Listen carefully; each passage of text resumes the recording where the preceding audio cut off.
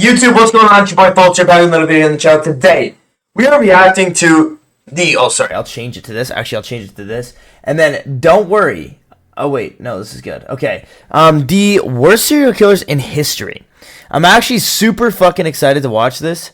Because, like... Yeah, I mean, who isn't excited to worry about fucking serial killers? Or learn. Peter Nears was one of the most disgusting serial killers in history and had one of the most painful executions ever. He committed 544 murders, but it's who?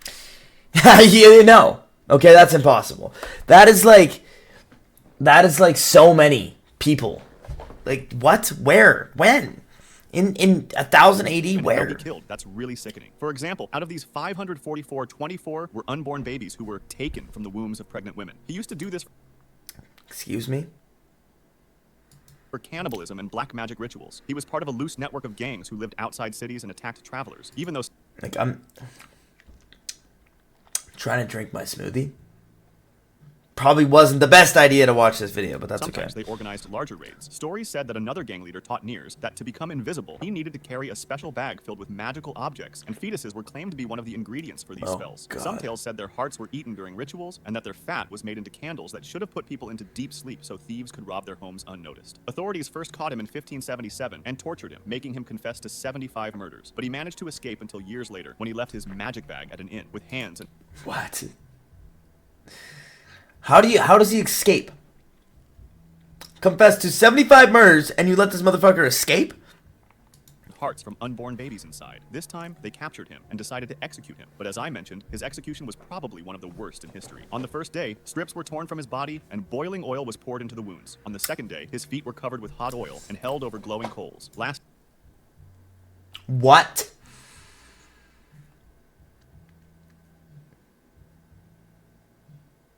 That is fucked.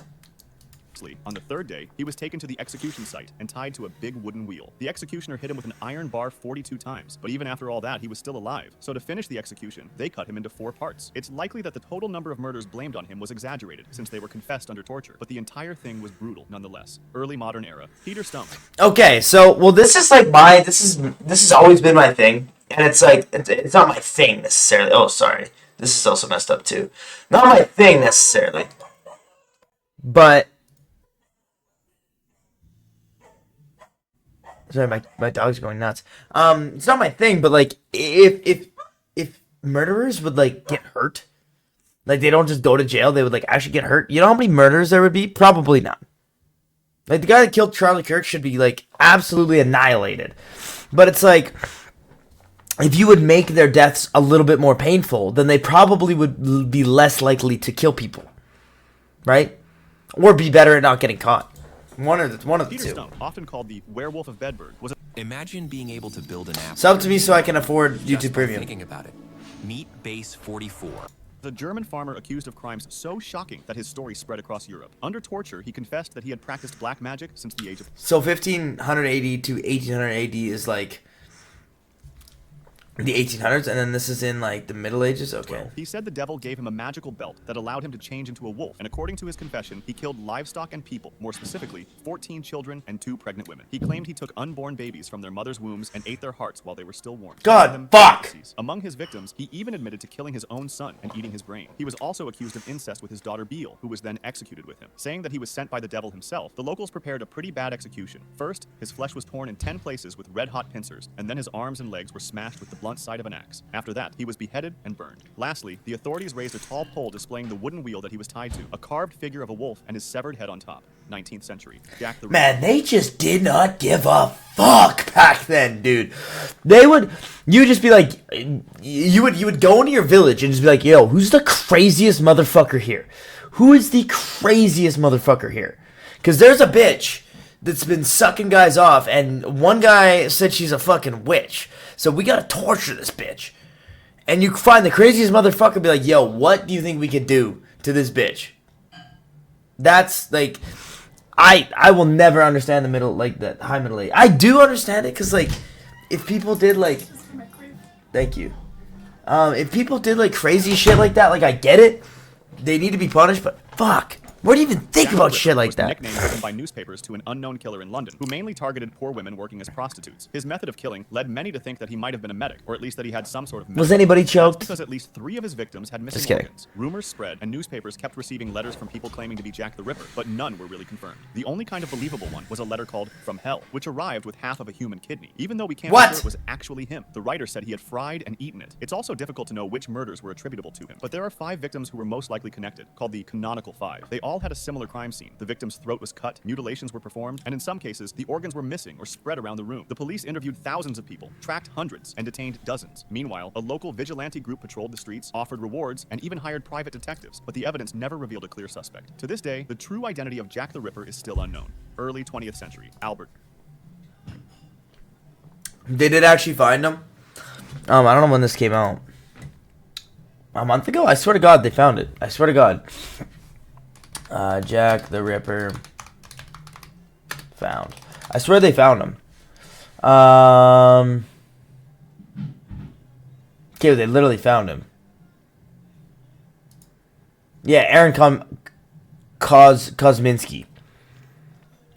Yeah, it's a 100% match. So like it's like a 100% match, but like I don't know. You can't interview him because he's been dead for 150 years. But also known as the Gray Man, he is considered by many to be the worst serial killer of all time. Not because of the number of victims he caused, but because of what he did. He had a troubled life since childhood. When his father died suddenly of a heart attack, his mother placed him in St. John's Orphanage in Washington, D.C. There, he was beaten regularly, and instead of hating it, he learned to enjoy the pain. Fortunately, after his mother got a government job, she was able to bring him back home. But what a freak.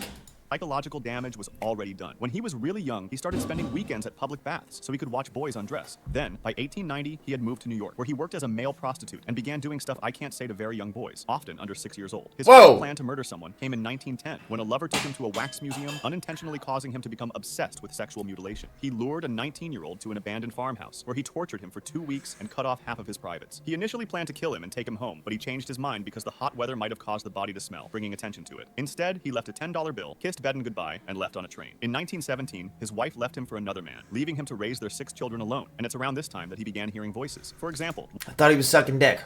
So he's just sucking dick and now he's got a wife? And 6 kids? The fuck?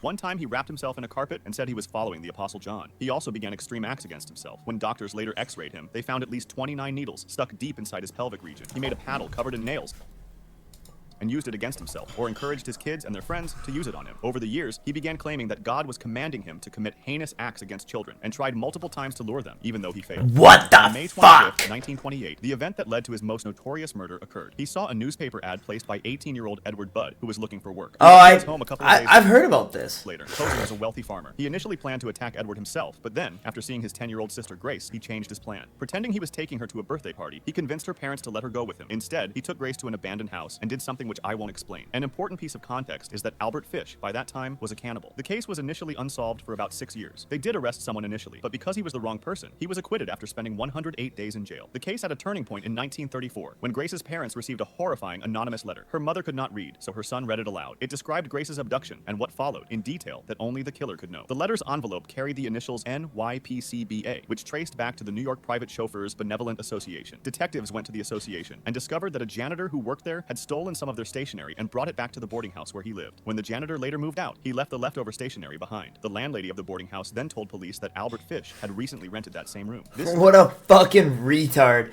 That is fucking retarded. Also, I'm confused. Are you sucking dick or are you licking puss? Because, like, if we're gonna... I don't know. I will never understand going both ways. Can't quite understand it. But anyway... Yeah, I don't between know. the stolen stationery and Fish's stay at the boarding house was enough for investigators to trace the letter back to him, which led to his arrest. After his arrest, other cases came to light, with more child victims. His own stepdaughter described disturbing games he had forced the children to play. During his trial, he pleaded insanity, saying that God's voice had told him to kill them. A psychiatrist said Fish believed he was reenacting the biblical story of Abraham and Isaac, thinking that if God did not want him to kill, angels would stop him. He also said Fish associated cannibalism with Holy Communion. The jury later said that none of them doubted Fish was insane, but they agreed he should be executed. He was found guilty, and on January 16th, 1936, he was executed in the electric chair. Good shit. Said he even helped the executioner adjust the electrodes, and that his last words were, "I don't even know why I'm here." After the execution, his lawyer revealed that Fish had written a final statement, but he refused to share it, saying it was the filthiest thing he had ever read. Fish himself admitted to sexually assaulting more than 100 boys. late 20th century, Andre Chikatilo. Okay, how the fuck, 100, like, how do you not fucking, like, go to the police? Oh, I guess it's gay, though. That's the problem. Is like, back then, like, if you were getting, like, touched by a dude, you're not gonna tell anybody. Fuck, that's, yeah, fuck. God, that is, like, disgusting, though. Like, he would get his stepchildren to paddle him? What? Also known as the Butcher of Rostov, he was born in rural Ukraine during a terrible famine. His family lived in a one-room hut, survived on almost no food, and endured bombings and occupation during World War II. His father was conscripted into the army and later captured, and he was bullied for bedwetting and being very nearsighted. As a teenager, he struggled with severe sexual problems and anxiety around people, while during his adulthood... Like, why don't we just, like, like, what's up with all the sex shit? It doesn't have to be, like, they're just killing, like, why does sex and killing come hand in hand? I don't get it. He switched many jobs, from being in a Soviet Army communications unit to a teacher. Build a website you love. With Like, lyrics. why?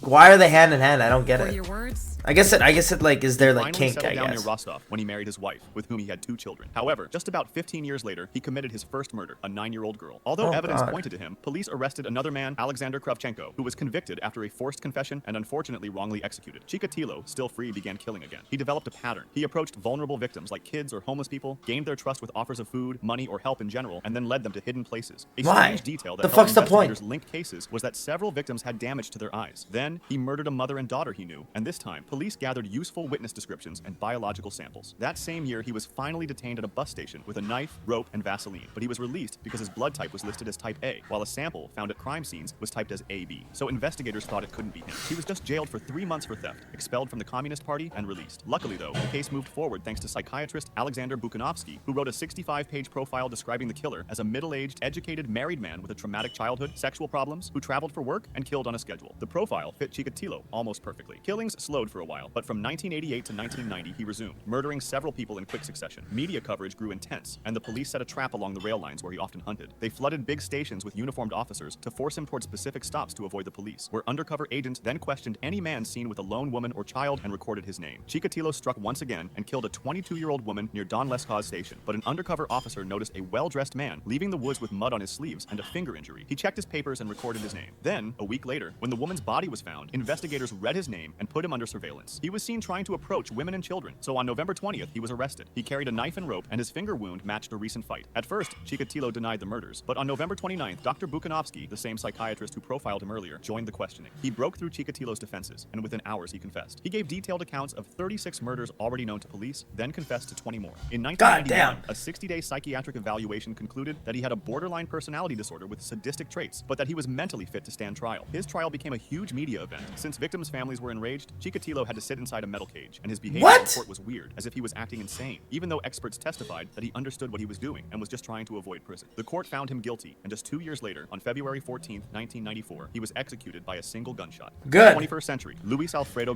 God, like, that guy's actually not that bad. Like, at least he's just killing them, not fucking eating their hearts and shit. That's fucking disgusting. This guy back here, Peter, I'm not even gonna try. No. Gravito. This guy was known as La Bestia, which means the beast, and there's a reason for that, given his at least 193 child victims. What? After a troubled childhood and adolescence with domestic violence, bullying, bad economic situations, and alcoholism, his mental Okay, so don't beat your kids. Is what I'm hearing. Okay.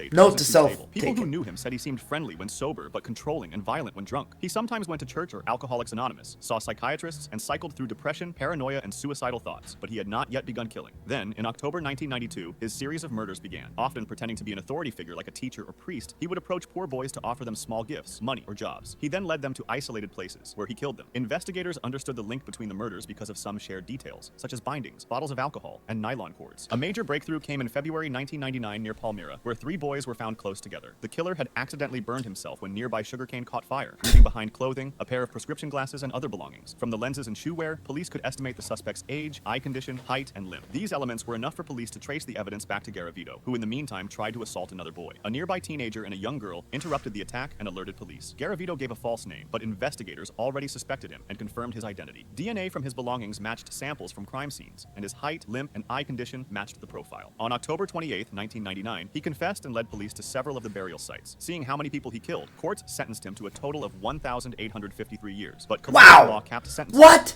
Wait. 193 confirmed kills in the the early 90s, I guess. Early to late 90s. That is how are you not finding that guy? Like, you kill once and it's like, okay. Okay. You kill 10 boys?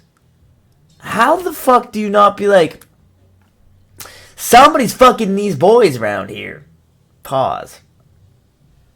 53 years, but Colombian law capped sentences at 40 years, and his effective term was further reduced to 22 years. What? He helped locate victims' remains. In 2021, he tried to ask for an early release, but it was rejected due to unpaid fines and other issues. He died on October 12th, 2023. Thank fuck. Illness. If you want to discuss this Jesus video or suggest an idea Christ. for the next one, join my Discord. Jesus Christ. So we had Andre Chikatilo in Russia. Then we had Albert Fish. Albert Fish, dude, you gotta go. Jack the Ripper, easy. Wow. I didn't know that there were serial killers like way back in the day. That's kind of cool. Yeah, that's kind of cool actually. It was tough to get that smoothie down though. That was nasty. But anyway, I'm out of here. I got a dip. So I shall see you guys in the next one. Peace.